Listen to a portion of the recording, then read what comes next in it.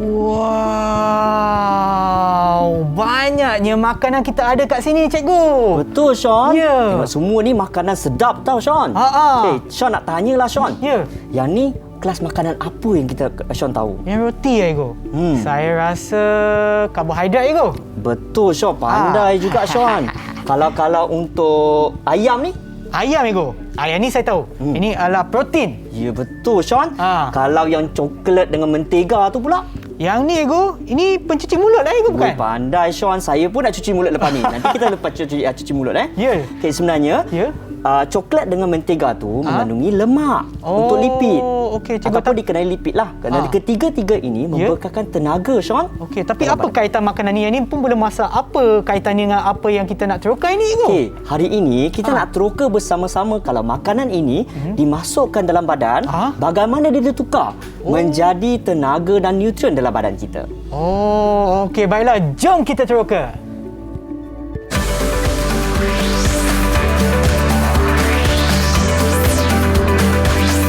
Didik TV KPM.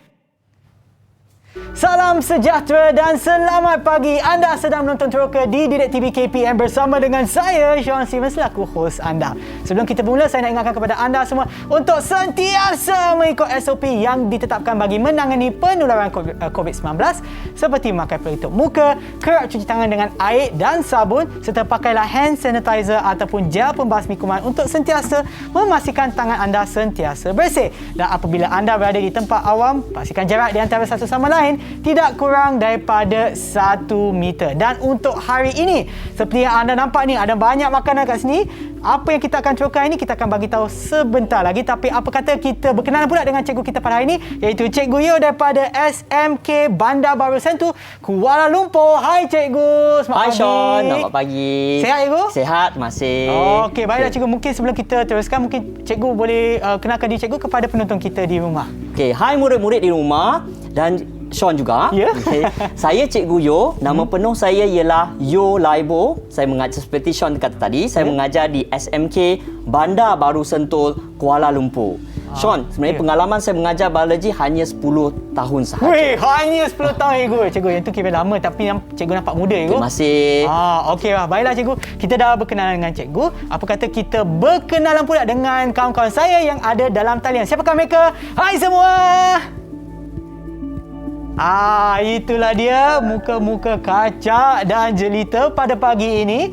Sebelum kita mula, saya akan sebutkan nama anda. Sila kenalkan diri anda ya. Kita mulakan dulu dengan Amza. Hai, Assalamualaikum, selamat pagi. Nama saya Muhammad Faris. Saya dan Abang Sean, minta maaf. Nama saya Muhammad Hamzah Muhammad Fazli. Boleh panggil saya Faris. Oh, okey. Terima kasih Faris. Dan seterusnya adalah Alia Dayana. Assalamualaikum dan selamat sejahtera kepada Cikgu Yu dan Abang Sean. Nama saya Alia Dayana binti Ahmad Fazil. Boleh panggil saya Alia. Okey, terima kasih Alia. Dan seterusnya kita ada Muhammad tak nampak Aiman. Aiman ya. Assalamualaikum, saya Abang Sean. Nama saya Muhammad Aiman Azwan. Boleh panggil saya Aiman. Okey, terima kasih Aiman. Kita juga ada Inshira. Assalamualaikum dan salam sejahtera kepada Abang Sean dan Cikgu Yo. Nama saya Inshira binti Ishak. Boleh panggil saya Inshira. Terima kasih Inshira. Yang lagi dulu kita ada Ashikin. Assalamualaikum dan selamat pagi. Nama saya Nurul Ashim Abdul Hafiz. Boleh panggil saya Ain. Ain. Okey, terima kasih Ain. Dan yang terakhir sekali, siapa kita tertinggal? Ya, Zulkarnain. Okey, selamat pagi dan salam sejahtera kepada Cikgu Yo dan Abang Sean. Nama saya Muhammad Zulkarnain Syahrizal. Boleh panggil saya Zul. Okey, terima kasih Zul. Okey, rasanya kita dah berkenal dengan 6 kawan saya Igu. Kita sebaya sebenarnya Igu. Betul, saya pun lebih sebaya juga. Kan? Okey, baiklah.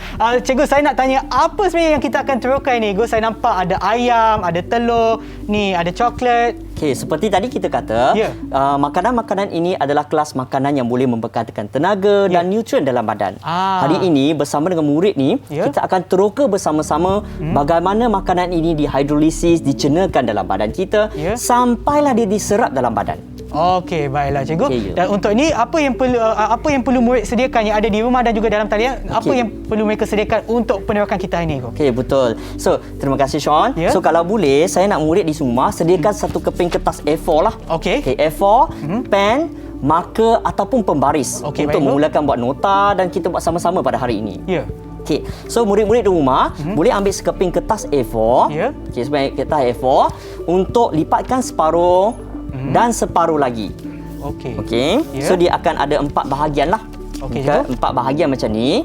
Okey. Ya. Kalau boleh, murid-murid sekarang, Sean, saya nak murid-murid kita dah belajar berkaitan dengan pencernaan semasa di tingkatan 2 lagi. Oh, ya ke? Ya, Oh. kita dah belajar tapi saya rasa mungkin ada kala kita lupa ataupun kita nak imbas kembali. Okey. So pada masa ini saya perlukan murid-murid buatkan satu lukiskan dan label sistem pencernaan manusia, okey, dan label lah dengan apa yang kamu ingat Okey. semasa kita belajar di tingkatan 2. Cikgu boleh pegang sekejap, cikgu? Boleh. Okey, saya pegang sekejap. Ini Okey. ada, ini macam contohlah untuk apa yang kita nak tunjukkan kepada anak ataupun untuk anda lah. Yang ada dia punya mulut lah, dia punya esophagus, itu semua kita nak buat balik, cikgu. Ya, betul. Okey. Dengan masa yang cepat lah. Okey, baik cikgu. Okey, kita akan bagi masa kepada anda semua untuk sediakan apa yang cikgu dah minta dan kita akan kembali semula di Teroka Didik TV KPM. Didik TV KPM.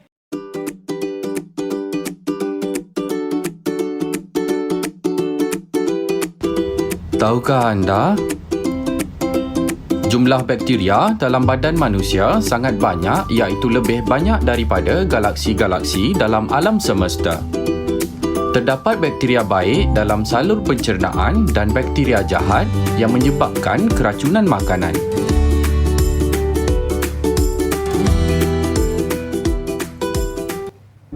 Kembali semula ke Teroka di Didik TV KPM bersama dengan saya Sean Steven dan juga Cikgu Yo. Okey, baiklah sebelum kita berehat tadi kita dah minta murid kita yang ada dalam talian dan juga di rumah untuk sediakan satu tugasan kan Yo? Ya, betul, iaitu nak label dan lukiskan sistem pencernaan manusia. Okey cikgu, jom kita mulakan. Okey, boleh. Masih Sean. Okey. Ya. So kalau di sini saya nak minta Faris, boleh tak Faris untuk bentangkan apa yang kamu dah lukiskan di sini? Boleh sir. Thank you. Okey. Semua nampak kan? Ya. Okey, sistem pencernaan kita bermula daripada mulut. Okey. Lepas tu kita akan melalui kelenjar ilio dan kita akan melalui esophagus. Seterusnya kepada hati, perut, duodenum dan usus kecil. Terima kasih. Okey, thank you. Sebenarnya betul macam Faris lukis tu, label tu dah betul. Okey. Cuma Faris tadi kata makanan melalui esophagus pergi ke hati. Tapi sebenarnya nanti kita teroka sama-sama. Okey. Mana dia pergi sebenarnya? Okey. Dia pergi hati ke dia pergi perut? Nanti kita tengok sama-sama ya Sean. Okey, boleh, Go. So, yang ni murid-murid sebenarnya pencernaan ada 2 jenis. Tahu tak murid-murid ni sini dalam talian ni 2 jenis pencernaan apakah dia? Saya sir. Ya, Zul?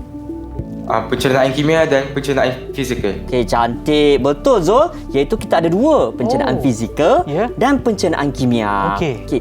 Pencernaan fizikal ni adalah lebih kepada pengunyahan makanan. Kita kunyah makanan dan dia memecahkan makanan yang besar jadi kecil. Okey, kalau pencernaan kimia pula, dia mencernakan ataupun menghidrolisis makanan daripada yang kompleks kepada yang ringkas. Okey, contohnya kita guna enzim lah. Ya. Okey, itu adalah pencernaan kimia. Okey, baik. Okey. So, Sean, kita nak minta pula murid-murid ni jalankan satu aktiviti yang kecil. Oh, boleh je, Cikgu. Murid-murid, ada tak bersedia dengan secipis roti? Ada. Okey, so sekarang Sean, kita nak mereka hayat kerana kita pakai mask dan kita nak jaga SOP di sini. Mereka di rumah tak ada mask. Okey. So murid-murid nak minta tolong kamu kunyah makanan roti yang kita sediakan tu untuk seketika. Okey, sekarang ambil roti dan kunyahkan. Wah, sangat bertuah mereka Cikgu. Mereka dapat makan, saya tak dapat makan. Tengok makanan je Cikgu. Saya pun kita tengok je dulu. Kan? Kita sabar dulu ya. Okey. Okey, so nak tanya Zul. Zul, apa yang Zul nampak perbezaan rasa sebelum masa awal-awal makan dengan selepas seketika makan? Okey, mula-mula masa saya makan roti tu tak ada rasa apa-apa, rasa biasa je. Tapi dah lama-lama lepas kunyah tu ada rasa manis sikit. Oh, okey, rasa Rasanya manis. kenapa rasa? Ya? Tadi saya dengar Zul kata dia rasa selepas ketika tu baru rasa manis. Ya. Okey. So nak tanya Alia lah. Okey. Alia, semasa dia kunyah makanan tu, Zul kata Alia pun kunyah juga tadi kan. Okey, sekarang dah boleh telan. Jangan pula simpan kat situ lama kan. Okey, Alia, rasanya semasa kita kunyah tadi tu, apakah jenis pencernaan yang berlaku di situ?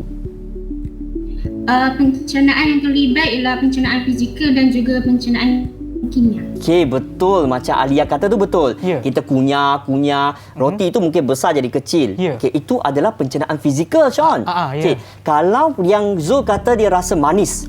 Okey, kerana Dia tambah gula, Ego? Dia tambah gula dalam semula jadi. Kerana roti tu ialah karbohidrat. Karbohidrat tu macam gula. Okey. Ya. Karbohidrat roti kita tu dalam tu ada kanji. Bila kita kunyah, dia merangsang kelenjar air liur untuk menghasilkan air liur. Okey. Dalam air liur tu dia ada sejenis enzim namanya amylase air liur. Okey. Amylase air liur tu yang akan menukarkan kanji tersebut kepada maltosa, iaitu gula yang ringkas. Gula ringkas lah. Itu yang kita rasa manis tersebut. Okey, baik. Pada masa yang sama, Sean, sebenarnya air liur kita membantu makanan kita jadi macam berbola. Kita panggil bolus makanan. So dia macam ni lah. So makanan roti awal-awal tu dia macam sekeping. Okey, selepas itu dia jadi macam bola, macam dah kunyah macam bulat lah. Okey, katakan Sean yang ni nak tanyalah satu aktiviti untuk Sean ni. Okey. Saya masukkan ini, katakan ini adalah esophagus. Okey, yang ni walaupun kita ambil daripada getah biasalah. Okey.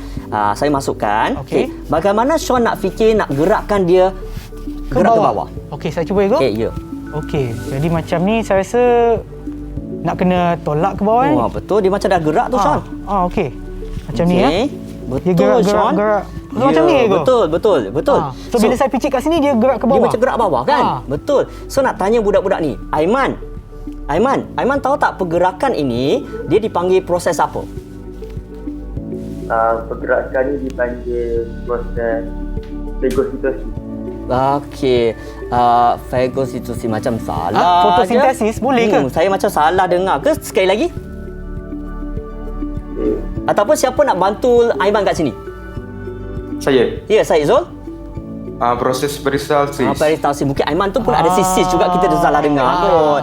Ya, betul. Proses tu adalah dipanggil peristalsis, iaitu tadi semasa Sean tekan kat atas tu, dia sebenarnya otot di atas tu mengecut. Okey. Bila dia mengecut, yang bawah di sini dia mengendul.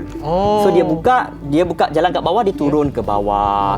So itulah peristalsis, iaitu proses pengecutan dan pengendulan otot esophagus secara berikma, dia turunkan makanan. Macam tu lah pergerakan makanan kita ke bawah tu. Kita nampaklah dia kat sini kan. Kerana kalau di sini saya tak boleh nak bedah. Tak boleh nak bedah kan.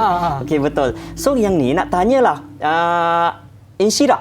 Okey, selepas makanan di esophagus digerak tadi tu, dia akan sampai ke mana? Perut.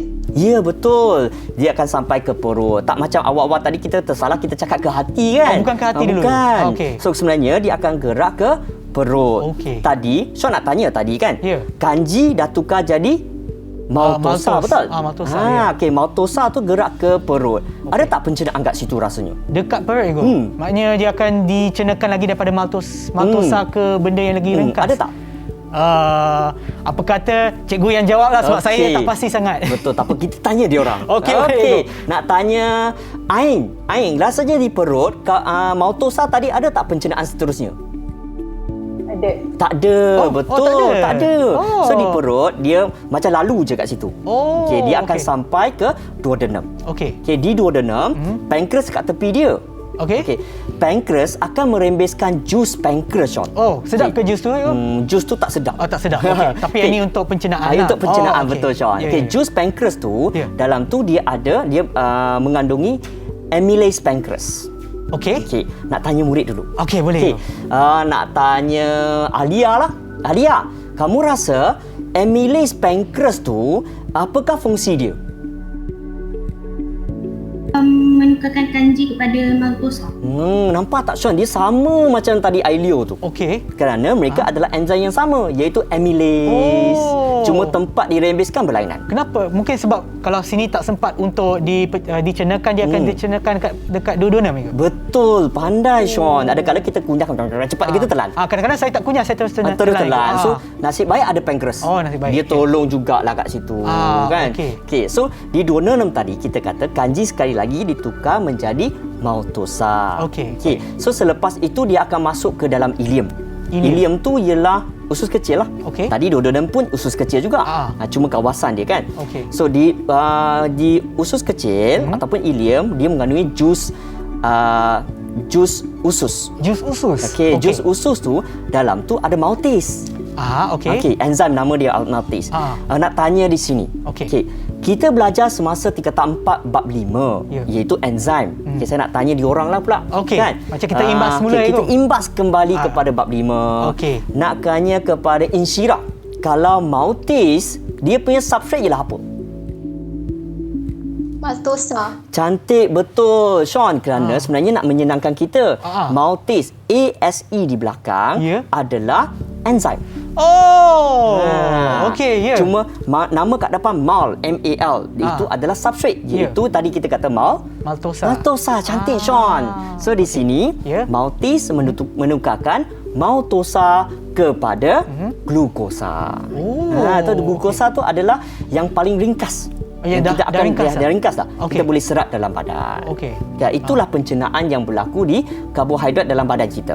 Mula daripada 3 bahagian. Iaitu sini apa dulu Sean? Dekat mulut Ego. Ya, betul, dia mula dengan mulut kan. Lepas tu dia pergi ke menjadi kecil. Okey, jadi kecil, bentuk bolus, lepas tu gerak esophagus melalui sampai pengecutan dan pengendoran otot. Ya, betul. Apa nama proses tu Ego? Peritausis. Okey. Lepas tu dia sampai ke perut. Ada tak pencernaan kat situ? Untuk maltosa macam cikgu cakap tadi tak ada. Ya, betul Sean. Lepas tu dia sampai ke usus kecil bahagian yang pertama iaitu duodenum. Okey, sekali lagi dia mempunyai amylase, betul tak? Ya. Okey, dan akhir sekali dia akan sampai ke ileum. Okey, tukar menjadi apa yang paling last tu Sean? Glukosa. Ya, betul Sean. So itulah yang kita belajar sebenarnya pencernaan karbohidrat memula daripada mulut sampai ke ileum tadi tu. Okey, so murid-murid tadi kita dah lukiskan yang ni, betul tak? Okey, untuk yang ni. Dan saya perlukan murid-murid sambil tu masukkan pencernaan karbohidrat iaitu apa yang berlaku di mulut. Sekejap, di sini. Okey, apa yang berlaku di mulut, apa yang berlaku di duodenum, apa yang berlaku di ileum. Jadi untuk masukkan kat tepi tu supaya senang bila budak kawan-kawan nak baca, dia boleh ni pelut berlaku ni mulut, minta maaf. Mulut berlakunya apa. So senang mereka nak baca. Cikgu boleh saya pegang lagi sekali? Okey, terima kasih Ego. Okey, saya tunjukkan lagi sekali. Mungkin mereka yang ada di rumah tu tak nampak sangat. Okey, saya tunjukkan lagi sekali. So maknanya dekat sini apa yang berlaku dekat mulut tu, proses ni ada di sini Ego. Ya, betul, kat tepi tu. So ada murid-murid boleh nampak ada amylase. Ailio menukarkan kanji kepada maltosa. Okey, lepas tu dekat esophagus tak ada apa-apa. Itu hanya macam penghantaran sajalah. Macam kurier kita Ego, kita beli beli barang dekat atas talian. Ya, betul. Kita dapatkannya ini kurier dia. Kita hantar je lah. Hantar, tak ada apa-apa proses pencernaan. Tak ada. Sampai ke perut pun tak ada. Perut pun tak ada. Lepas tu dekat duodenum pun dia adalah. Kan ada yang sama macam tadi. Amylase. Tukarkan kanji kepada maltosa. Betul. Dan akhir sekali ialah ileum usus kecil, dia menukarkan maltase menukarkan maltosa kepada glukosa. So itulah murid-murid boleh nampak kat situ. Okey. Sean, ada sikit masa tu nak tanyalah Sean. Air tebu. Air tebu tu rasa manis ke masam ke pahit? Cikgu manis. Biasanya saya minum manis lah. Kalau kita simpan lama-lama mungkin dah tukar dia punya. Kalau dah lama tu jangan cakap lah. Dah lama nanti kita ciri bilik kan. Okey. So sebenarnya air tebu dia karbohidrat juga tu. Ya. Tapi dia tak macam kita makan roti tadi. Okey. Ada kanji, ada apa. Tapi dalam air tebu dia mempunyai gula nama dia sukrosa. Okey. Kalau sukrosa, nama enzim dia apa? Okey, macam cikgu ajar tadi kan, ada ASE kan. So Sukres? Yes, cantik. Betul. So, sukrosa kita dah belajar ni. Iaitu diambil sukris yang menukar jadi glukosa dan fruktosa. So, gula ringkas untuk diserap. Semuanya berlaku di mulut ataupun juga di bahagian lain? Sorry, minta maaf. Betul. Sukris berada dalam ileum sahaja. So, dia lalu sampai di dalam ileum baru berlaku. Okey cikgu. Okey, saya rasa untuk karbohidrat ni kita dah lebih kurang dah selesai dah untuk penukan kita cikgu. Okey, baiklah cikgu, sebelum kita teruskan dengan kelas makanan yang lain, contohnya macam protein dan juga lipid kan cikgu. Apa kata kita berehat seketika, saya nak cenakan maklumat yang saya dapat di otak saya. Macam tu lah, kita gunakan pencernaan dan kita akan kembali semula di Teroka di Didik TV KPM. Didik TV KPM.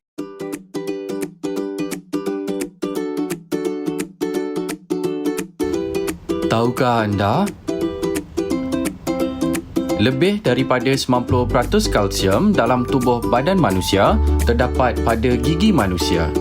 Gigi adalah satu-satunya bahagian tubuh manusia yang tidak boleh sembuh dengan sendiri.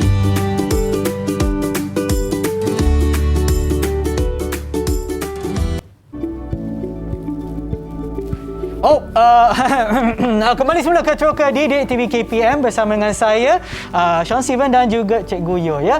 Okey cikgu, jom kita teruskan penukan kita. Sebelum ni kita dah lebih kurang selesai lah untuk kelas makanan karbohidrat kan cikgu? Betul. Sekarang kita ke mana pula? Okey, so yang ni tadi kita dah cakap tentang karbohidrat betul? Iaitu roti. Okey. So kita simpan tepi dulu. Okey, yang ni saya nak simpan juga cikgu?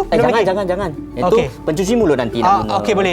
Okey, tapi kita dah sampai rumah, basuh tangan semua tu baru makan. Okey, boleh. Okey, so yang ni seterusnya seperti yang murid nampak di belakang saya.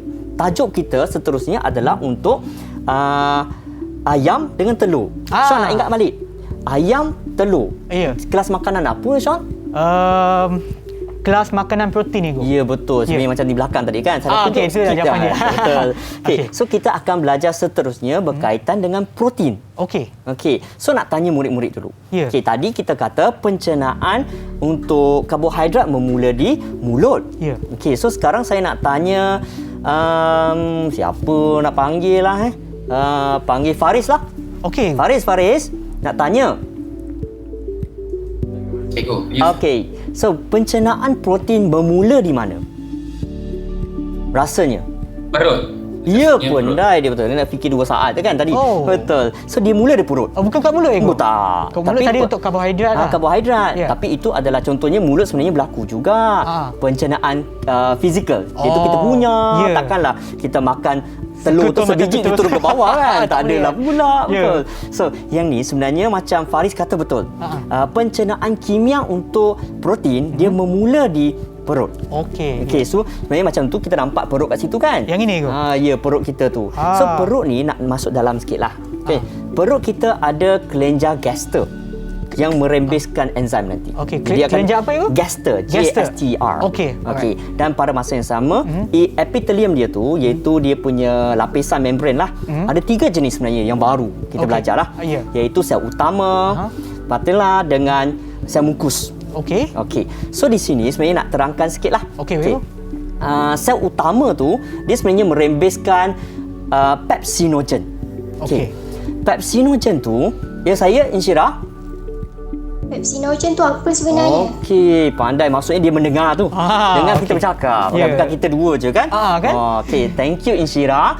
Pepsinogen adalah sejenis enzim yang tidak aktif. Yang tak aktif? Tak guna pun. Tak boleh digunakan lagi. Okey. Bagaimana nak aktifkan dia? Okey, dia memerlukan asid hidroklorik yang dirembeskan untuk aktifkan pepsinogen jadi pepsin. Pepsi yang bukan Pepsi. Okey, pepsin. Okey. P-E-P-S-I-N. Negara kat belakang. So, pepsin tersebut tadi kita kata kelas makanan apa? Protein itu. Protein, betul? So, dia akan menghidrolisiskan protein kepada polipeptida. Panjang nama dia tu. Kan? Protein, kejap. Tapi yang murid-murid boleh nampak di sini, dia semua P. 4 P. Berada di perut, iaitu pepsin, menukarkan protein kepada polipeptida. Semua P. Nak senangkan lah. So, kalau nak tanya, sebenarnya bila dicernakan, peristalsis tu berlaku juga di perut.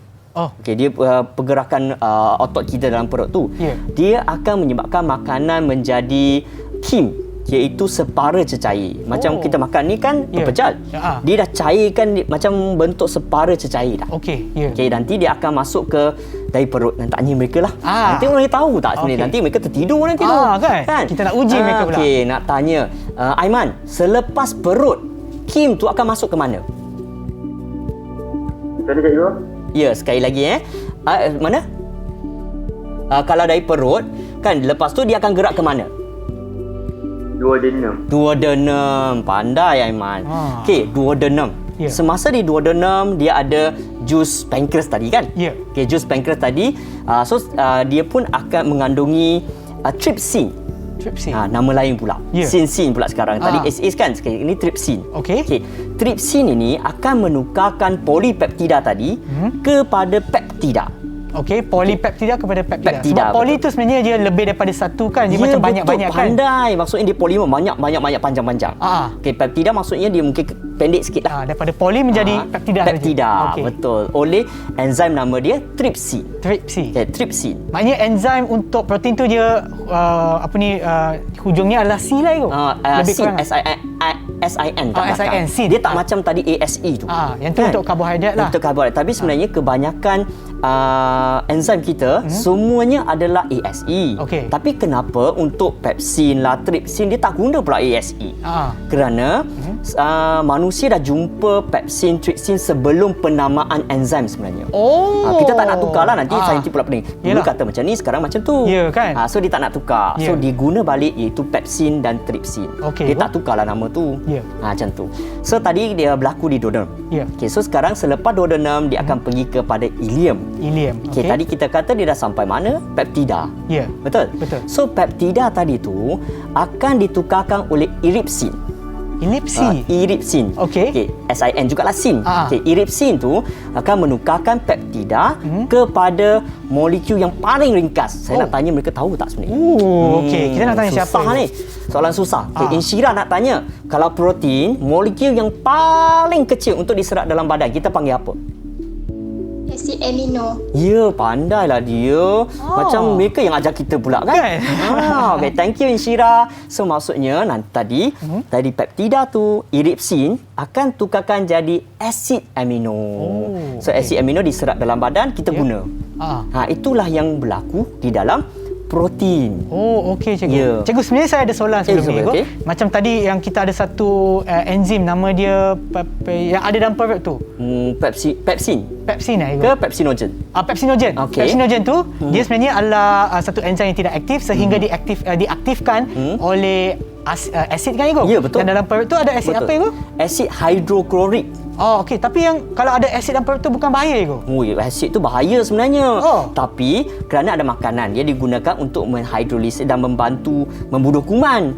So contohnya ada kala kita termakan benda yang ada kuman, dia masuk dalam badan, asid tu boleh membunuh dia. So itu baik untuk kita juga. Tetapi murid macam kita juga ada kala murid-murid kita belajar ni, kita nak buat aplikasi yang baik. So ada kala kita tahu kan murid-murid ni tak suka makan pada masa yang tepat. Okey. So apabila kita tak makan pada masa yang tepat, asid hidroklorik ni masih akan dihasilkan. Okey. Tapi tak ada makanan. So apa yang dia nak buat? Dia menghakis perut kita. Dia macam makan perut kita pula jadinya. Perut yang makan perut. Boleh juga. Macam asid tu yang makan dia lah kan, macam tu kan. Tapi menghakis. Bila lama-lama menghakis, Sean pernah tak rasa ulcer kat mulut? Ada Ego. Sakit kan? Sakit sangat. Sakit kan? Tapi ini berlaku di perut. Dia lama-lama. Tapi kita dah tak boleh, takkanlah nak letak garam kat situ kan? Tak boleh lah pula.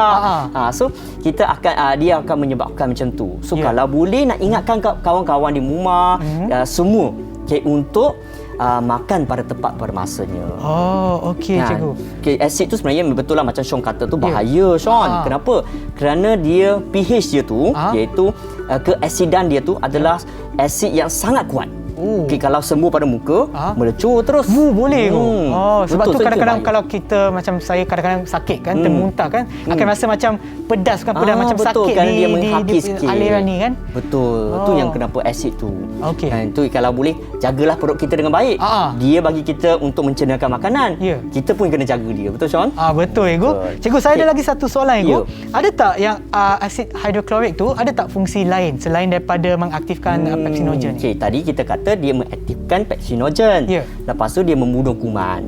Okey, pada masa yang sama sebenarnya dia menyediakan perut kita dalam pH yang berasid. Okey. Berasid tu sesuai untuk pepsin. Tapi tadi mula-mula kita makan karbohidrat tu. Di mulut kita tu keadaan dia neutral. Bila di dalam perut pepsin perlukan asid untuk bertugas. Ataupun untuk menghidroliskan protein tu. Kalau tak berasid dia tak bolehlah pula jalan. Sebab tu protein tak dicernakan di mulut lah secara kimia. So kerana keadaan dia tidak sesuai satu dan di dalam mulut kita tak ada pepsin. Takkanlah tebuk perut sampai ke atas, tak adalah pula kan. Okey, betul. So itulah fungsi-fungsi lain asid hidroklorik tersebut. Okey, baik cikgu. Dan untuk yang ni seperti biasa yang untuk karbohidrat kita dah isikan yang kertas ni kan cikgu? Betul. Okey, untuk yang karbohidrat ni mungkin murid-murid boleh masukkan macam ni lah. Okey, untuk protein minta maaf. Okey. Saya salah tekan. Okey, protein menggunakan pepsin ditukar jadi polipeptida. Lepas itu polipeptida tripsin tadi kita kata kan. Jadi peptida dan ileum protein iripsin oleh iripsin dia menghidrolisiskan protein kepada asid amino macam tu. Okey, cikgu tersalah tekan cikgu. Boleh tekan bawah lagi sekali. Okey. Minta maaf. Okey, betul. Tapi yang ni salah sikit ni. Alamak. Baru perasan. Minta maaf kan. Sebenarnya iripsin tadi dia tukarkan apa? Peptida kepada polipeptida. Tak apa saya kita kan manusia.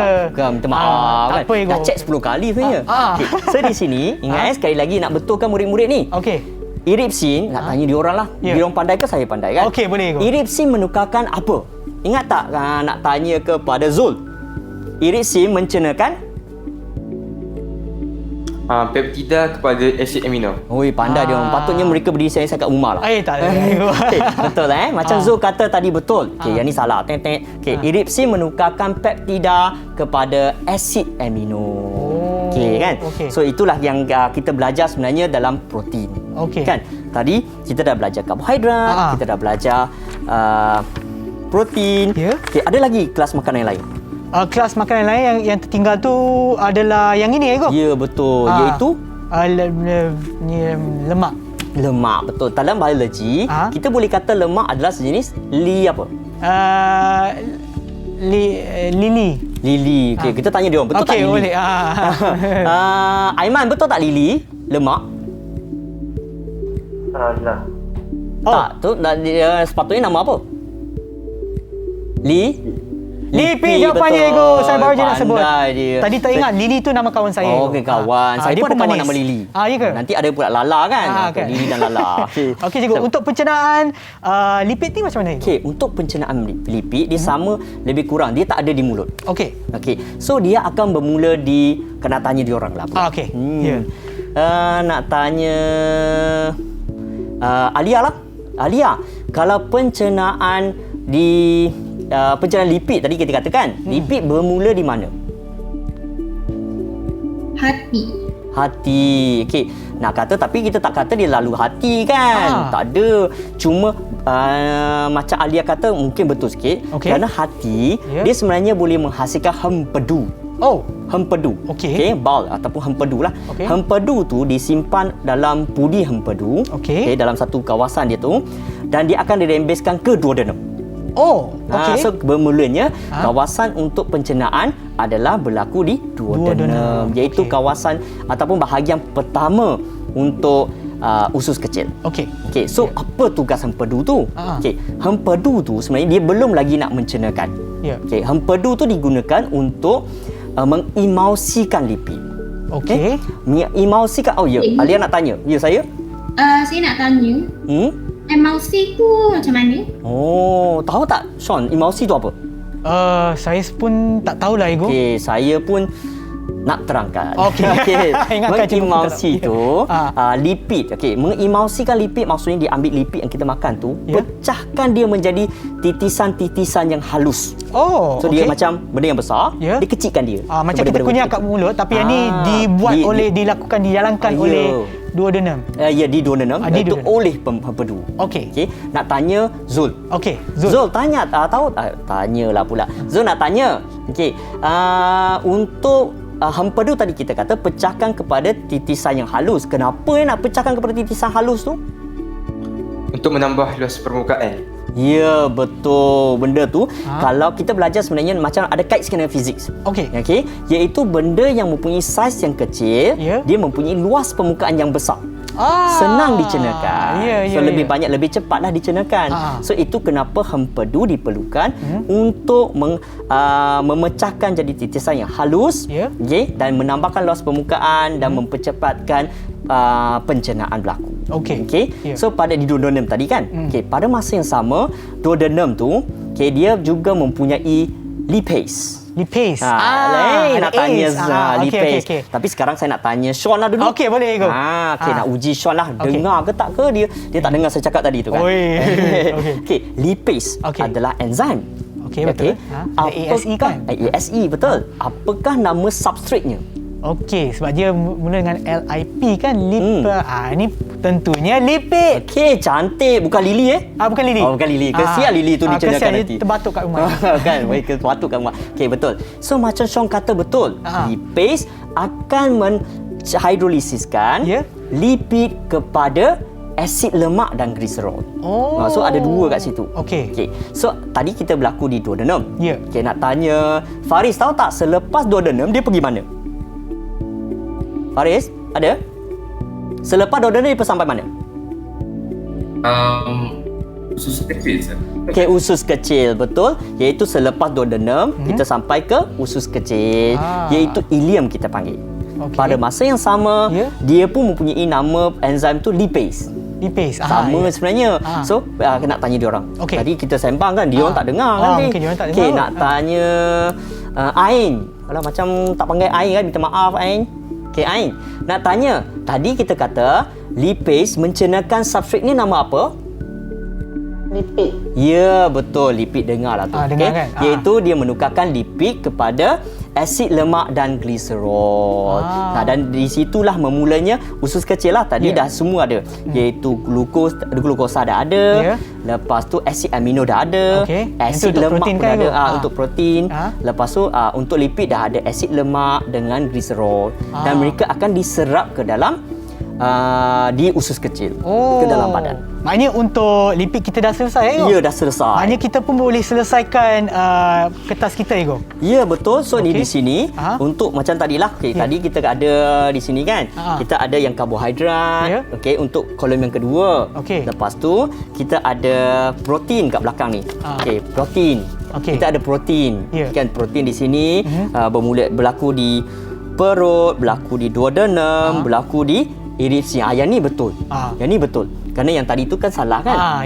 Okey, yang ni betul. Okey, dan tadi last sekali kita belajar berkaitan dengan lipid. Ya, dan terus di sana ada kat di duodenum. Iaitu dia mengimulsikan lipid. Pada masa yang sama dia tak cukup ruang. Iaitu ada lipase yang mencernakan lipid kepada kepada asid lemak dan gliserol yang akan diserapkan nanti di usus kecil. Betul. Tapi bukan untuk bab ni, Ego. Yang tu untuk bab seterusnya. Iaitu bukan bab lah, iaitu subtopik seterusnya.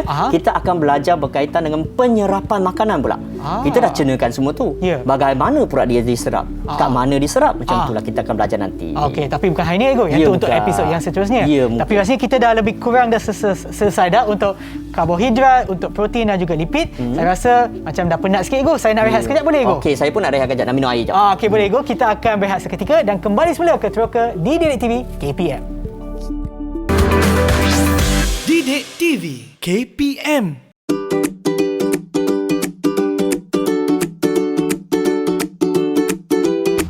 Tahukah anda? Apabila kita makan, perut memerlukan 4 jam untuk penghadaman. Penghadaman adalah sangat penting untuk manusia mendapat nutrien dan tenaga.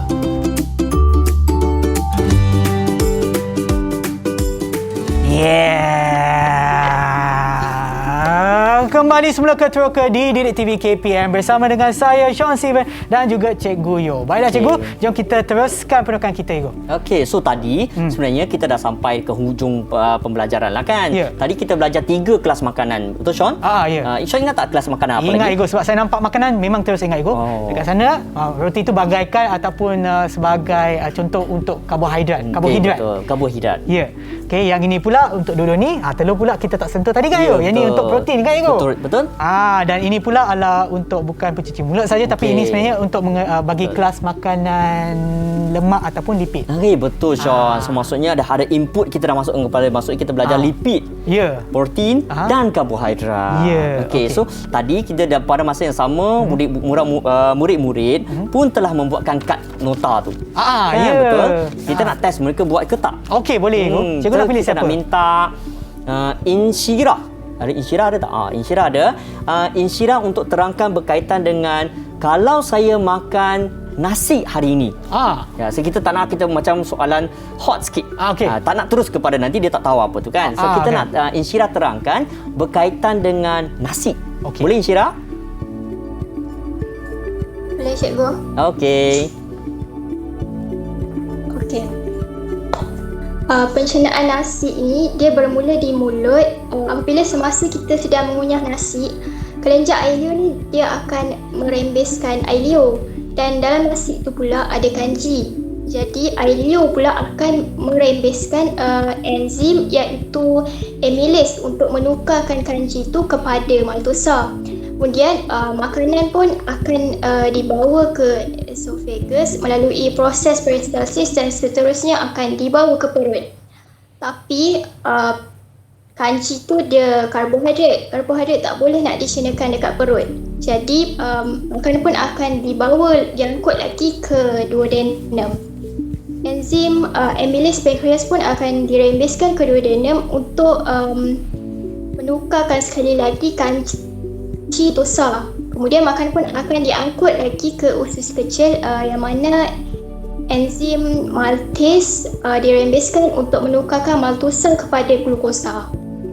Okey. Wow, saya rasa tepatlah Cikgu. Tepatlah kan. Cuma nak tanyalah Insyirah sikit. Tadi dia cakap tentang amylase pancreas di duodenum, tapi Insyirah tak beritahu siapa yang merembeskan amylase pancreas tu. Nak tanya Insyirah, siapa organ, bukan siapalah macam manusia lah pula kan. Organ manakah yang akan merembeskan amylase pancreas tersebut? Apa dia sir? Sekali lagi soalan saya, organ manakah yang merembeskan amylase pancreas? Pancreas.